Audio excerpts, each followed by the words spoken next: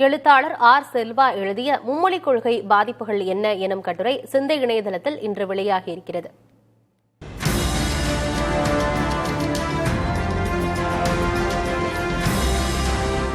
CBSE பள்ளிகளில் அமலுக்கு வரவிருக்கும் புதிய மும்மொழிக் கொள்கை இந்தியாவின் பொருளாதார மற்றும் தொழில்நுட்ப வளர்ச்சியை எவ்வாறு முடக்கும் என்பதை பற்றி ஆர். செல்வா எழுதிய இக்கட்டுரை விரிவாக அலசுகிறது.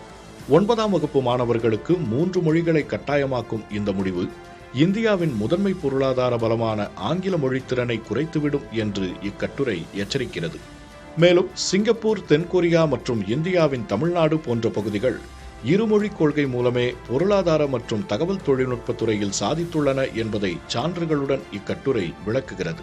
3வது மொழிக்கு கூடுதல் நேரம் ஒதுக்குவது மாணவர்களின் அறிவியல் மற்றும் கணித கற்றல் நேரத்தை திருடி அவர்களின் சிந்தனை திறனை சுமையாக்கிவிடும் என்று இக்கட்டுரை சுட்டிக்காட்டுகிறது. 2047 வளர்ந்த பாரதம் என்ற கனவை அடைய நமக்கு தேவை சிந்தனை திறனை தவிர மொழிக்குவியல் அல்ல என்று இக்கட்டுரை வலியுறுத்துகிறது.